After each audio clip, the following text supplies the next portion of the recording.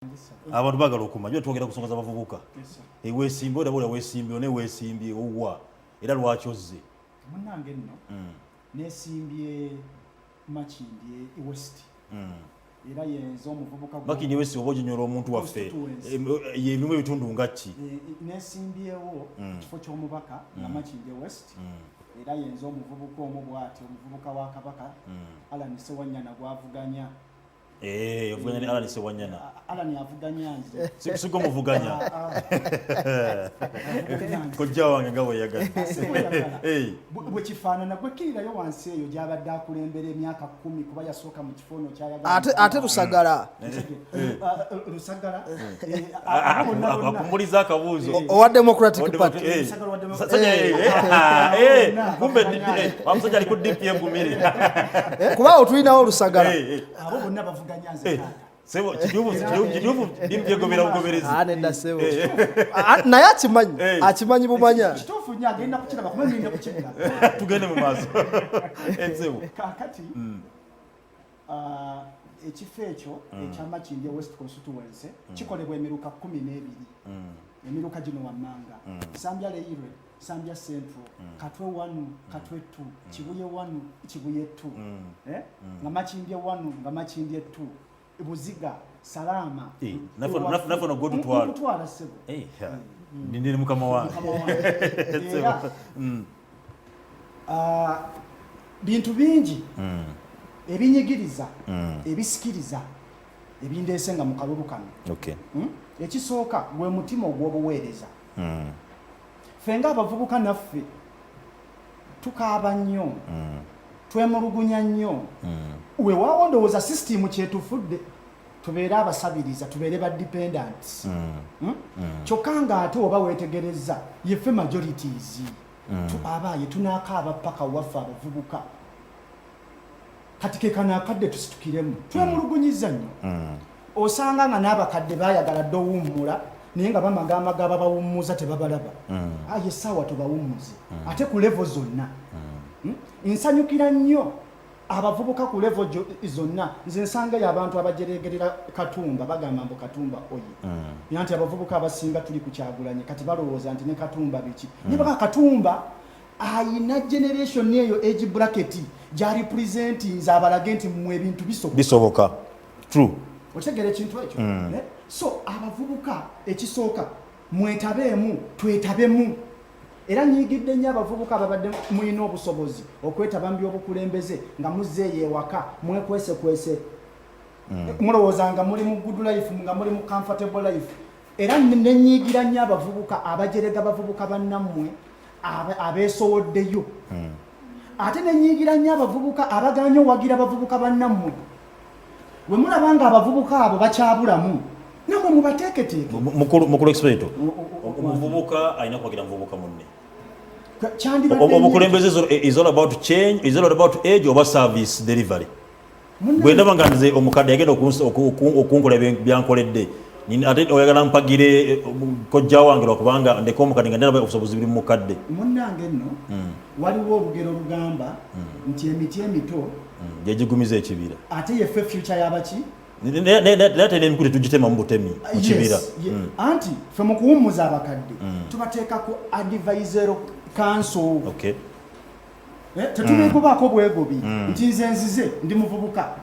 naye wemba mpumuza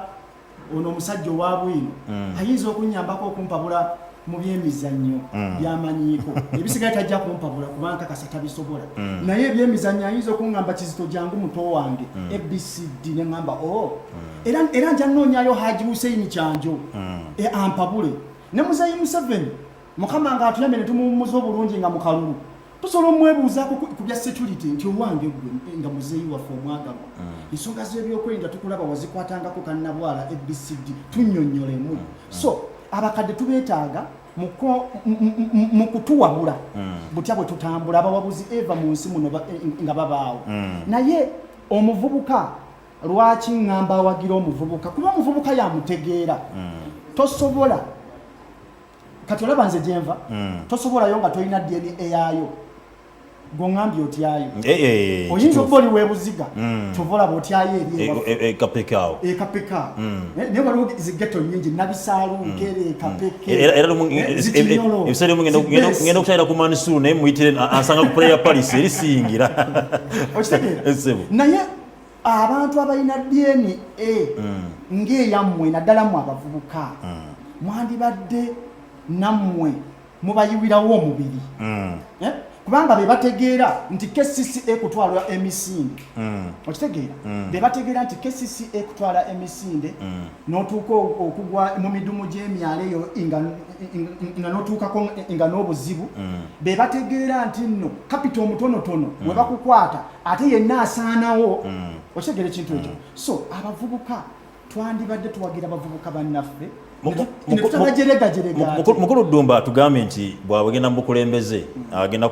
ku coast okulaba nti waliwo amateeka gakyusibwa okuba nti polisi zikyusibwa okuba nti zitambula okulw'obungi bw'abantu be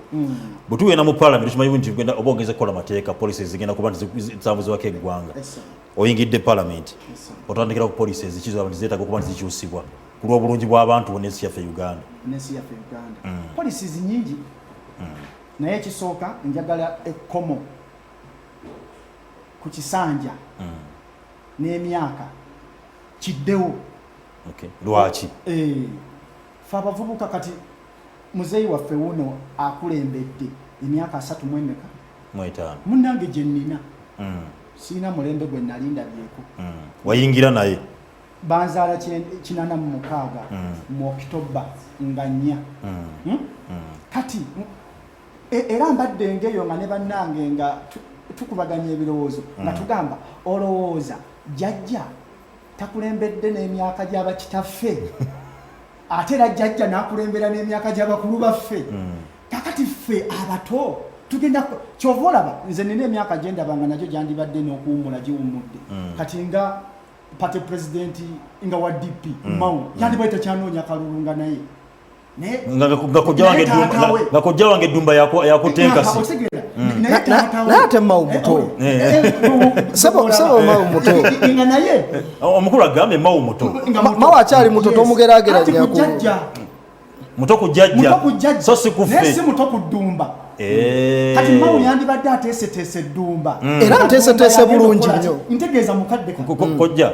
Mao ateeseteese oba nedda anteeseteese bulungi nnyo tewemulugunya seemulugunya asigale nga twala enkasi mu maaso era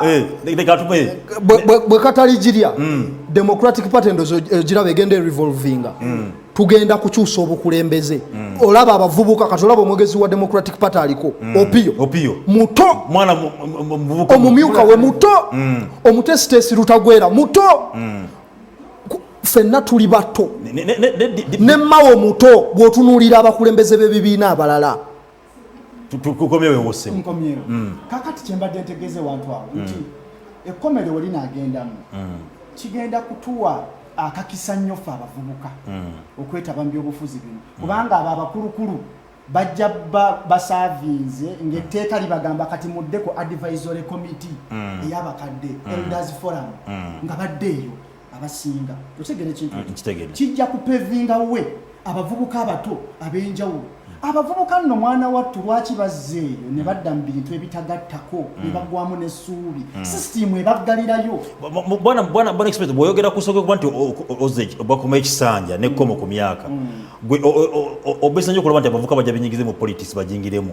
tulina kuyingira mu politics okuba nti twebbulula twetereeza tulina kuba nti tufuka bakulembeze omukulu nalina kayogedde nti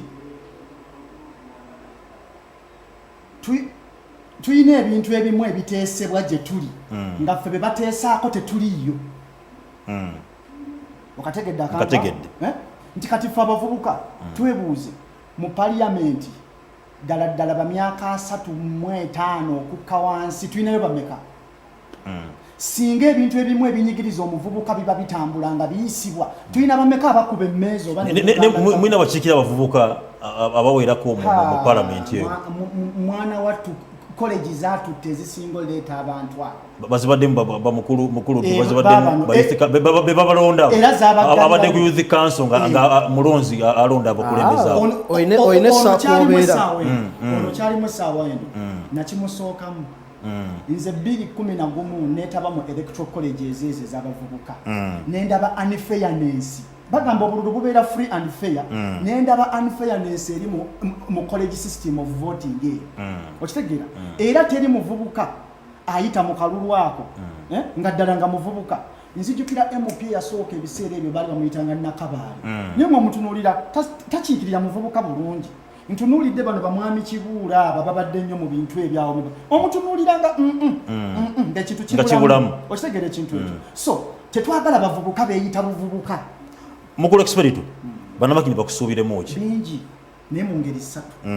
bingi nnyo kuba n'ebitunyigiriza bingi nnyo nange ngenza okujja ntule nga mu ntebe eno nkyazenga omubaka nga mu butuufu nina eriggwa mu ngatte ennungi gye nnyambadde okitegeera ekisooka ebyobulamu byaffe bibi nnyo ngenda biteeseza nondoole ate mbisakire oba nkole kye tuyita robbing njagala kulondoola ndabe sente zentono ezigenda mu byobulamu ebyaffe naddala ffe abava eno mu ghetto owaaye nteese bongereko nga bwe kiba kisobose ebbula mirimu erikutte ejjembe nga mubavubuka njagala okuteesa ku bbula mirimu eyo nondoole ensimbi z'abavubuka ezo ezitambula ezijja ziregamawa era lwaki ziregama nfuna ekintu ekyo nfuna sebo era sijja kukoma okwonsake wekinaaba kisoboka nga kyetagana kukwatako mu nsawo eyange ng'omubaka nzirize ku ebyo ebigattako abavubuka era nja kukikola ekirala ndowooza n'enguudo naffe nga tukyabulamu kubanga oyita ku Salama Road okwo juzi nga nali mu mmotoka taxi nga ngenda ekiruddwe ne natuuka engatte eraga ntambuzza bigere nga nfuufu ng'enfuufu walinya taxi nkadde nga yayitamu enfu ndowooza yakaddiira ku luguudo kojjange Ddumba obwa kansala obuyingidde abantu bakusuubiremu ki omanyi abantu b'e Kasubi bo baalozaako dda ku mukulembeze agenda okubakiikirira Ddumba musajja mukozi alemera ku nsonga omuteesa atayawulayawula oba oli wa kibiina ki oba oli wa kibiina ki oba oli wa kkala ki oba oli wa ggwanga ki kasita obeera ng'oli muntu w'e Kasubi Ddumba aliwo ku lulwo ekitutwala mu KCCA emirimu giri ebiri ogusooka gwa kuteesa ogwokubiri ku supervisinga emirala gijjira ku ebyo okuteesa kyeki funa birowoozo mu bantu bo bitwale mu kanso bifunire ekifo ku birina okuteesebwa oba mu committees byanjule oba executive director obiprioritizing obyogerere olobinge ne banna abalala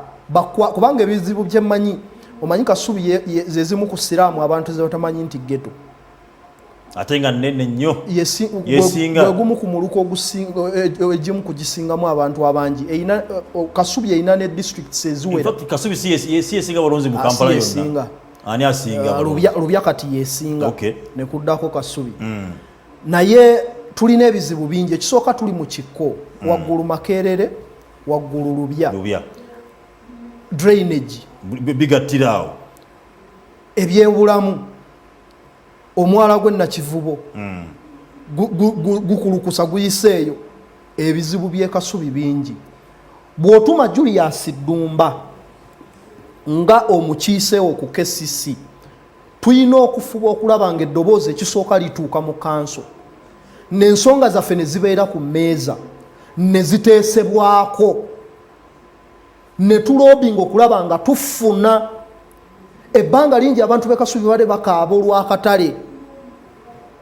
gavumenti yabakutte kivandulo nebanyigiriza nebateeka mu kakoona yabatadde mu kakoona yabanyigiriza wabadde waabwe yabafunidde bagenda okuba nti bakolera wabadde badde mu kkoona obubenje bungi biki byonna naye nga si kyekifo ekituufu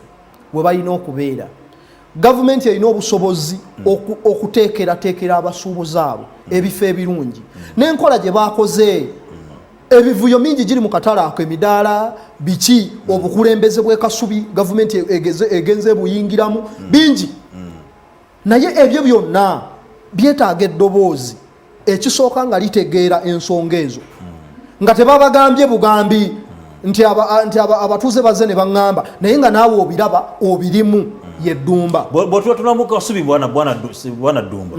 akatale kabere kasana kuteekebwanga wa nga muliko gw'otwala kale kasana kuteekebwawo. Proposals twazikola era zaatuuka, ebifo byali biwerako. Waliwo ebifo ebiri okumpimpi, ndaba no babadde bakolera. Waliwo wano ngodda Nankulabye, waliwo ebifo ebiri okumpi. Ebifo kubanga nali likkoona, ate liri ekkoona nalyo bbi, kubanga ate lyo ddene bwe liti. Emmotoka eva eri Namuŋŋoona, abantu abasala wano tewali parking, motoka we zitukulira, kubanga ofundako na wane wakadde wadde nawo wabadde si walungi. Emmotoka okutikkula kati jamu agenda kufuuka ekizibwawo, abantu bagenda okutomerwa okufa obufi. Ebifo bingi twabiwa, naye gavumenti yasalawo okuteekaawo ne tufunira akafo kafundafunda katonotono, ne bakolagana ne bamafiya. Waliwo akatundu akalala akali ekyemmanga, basa abantu babasasuza sente nyingi nnyo okufa obufi, emidaala gya bbeeyi, kwegamba abantu banyigiriziddwa. Naye ebyo byonna omulimu gwakolebwa gavumenti oba authority ya KCCA. Anti KCCA ye gavumenti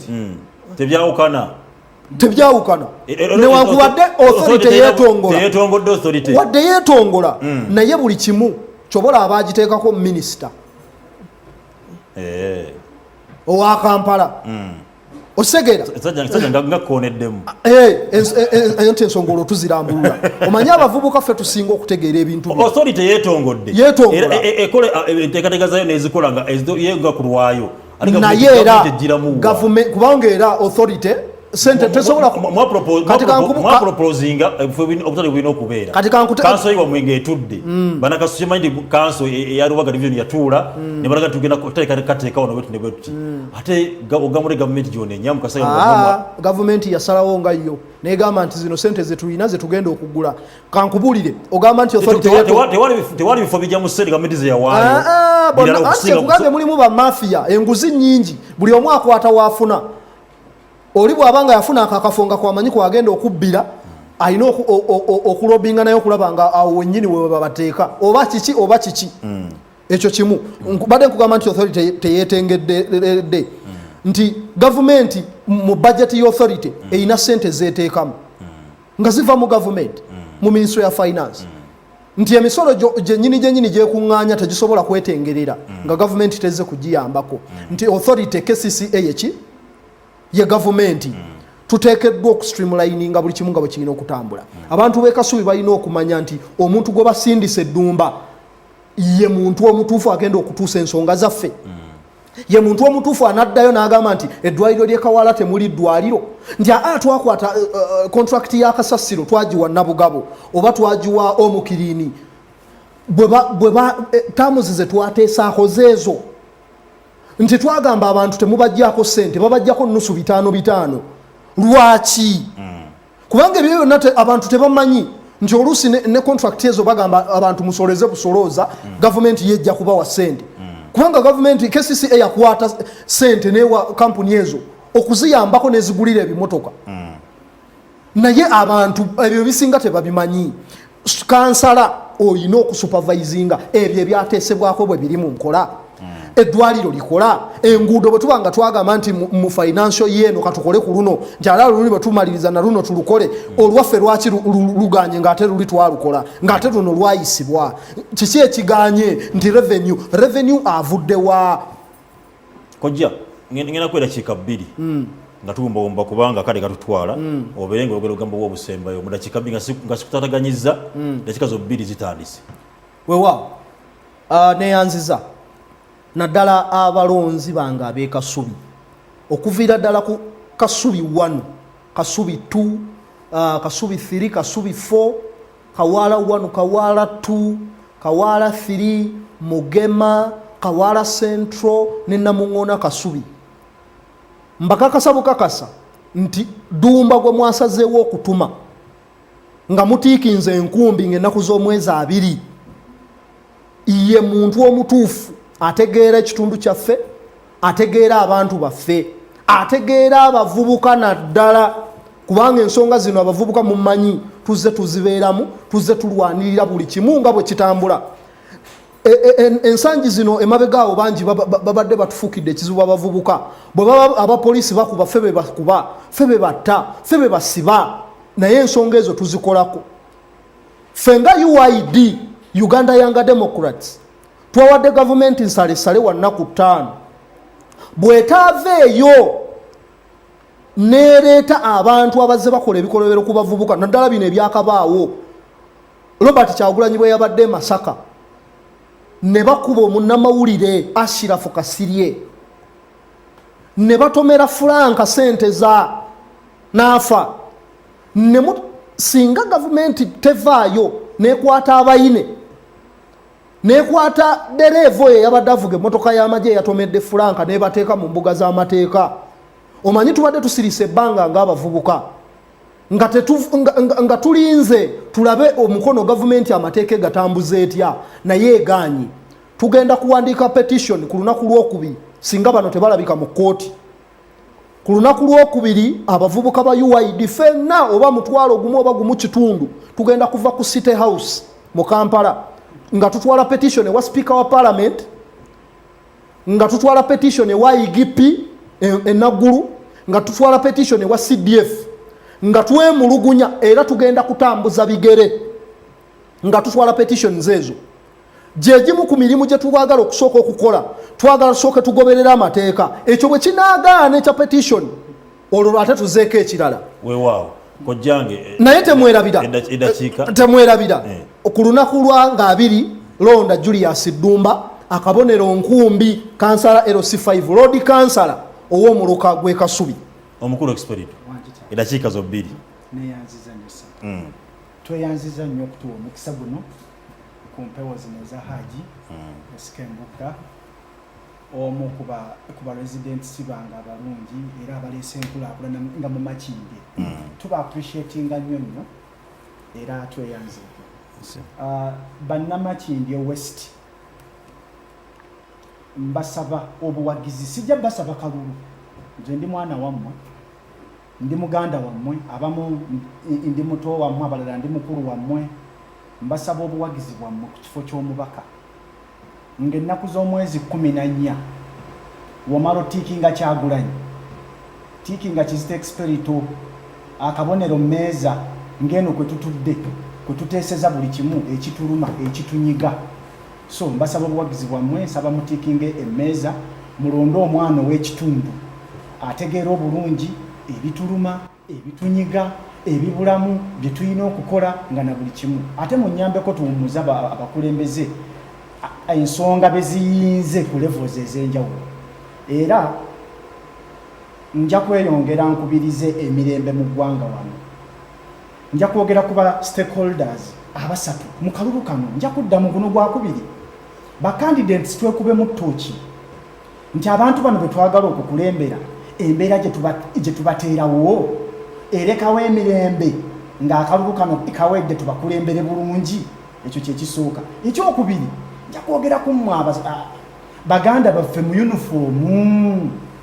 muli baganda baffe nno ate eno Uganda gye mukuuma emirembe gye mukuuma munnayuganda n'ebintu bye bannamawulire mubaleke bakole ogwo mulimu gwabwe gwe gwabatwala ku ssomero nga naye wookola ogugwo ogw'okukuuma eggwanga n'okukuuma munnayuganda n'ebibye ne munnamawulire waakola ogugwe ogw'okutuusaako amawulire eggwanga lino nja kwogera ku electoral commission totwebakira kubanga yeggwereefu teekawo embeera nti ono akubye munne ekkuuli owange ebyo kkuuli teekawo embeera nti ono akubye munno akalippo nti owange ako kalippo so ku lw'ebigambo ebyo ffe ba stakeholders abasatu mbadde nsaba tukwate eggwanga lino mu ngeri y'ekisajja kikulu naddala mu kaseera kano emirembe gibeewo eggwanga lisobola okugenda mu maaso. Weewaawo tugenda kuba nga tusuka waawo akadde kaffe katuweddeko amanyazi Tariiki Nkata Aziz ngenda kwebaza mwena abadde batugobera butereevu wano Quest TV n'abadde ku Facebook nga mutugoberera live kozesa bbe comment tuzirabize mutaddeko mwebanyomwe balire ddala ninga ngenda kwebaza abantu benkoze nabo omukulu Mansuru kamera abadde kwali bulungi nnyo ne Robert mu studio mu control mubadde gyali bebaza mwebanyomwe okubeera nga program mu kifule ekyebbe okuba nti erabika bulungi nnyo nabagamba nti mwe munda Tariiki nga tudde ku meeza eno oba mu kutimbeza TV zammwe sinza aba akoze bina bikolebwa waba nange nako ababere mabegaye mutalabako abakola mu gwetendo etaka kuba nabo bebazibwa so mbebaza okuba mbadde bale balungi temuvaawo sports yaddako era nga abanyimi b'emizannyo mubeere nga mubeere bwindala ku bantu genda mu nsi y'emizannyo. Assalamu alaikum wa rahmatullahi wa barakatuh.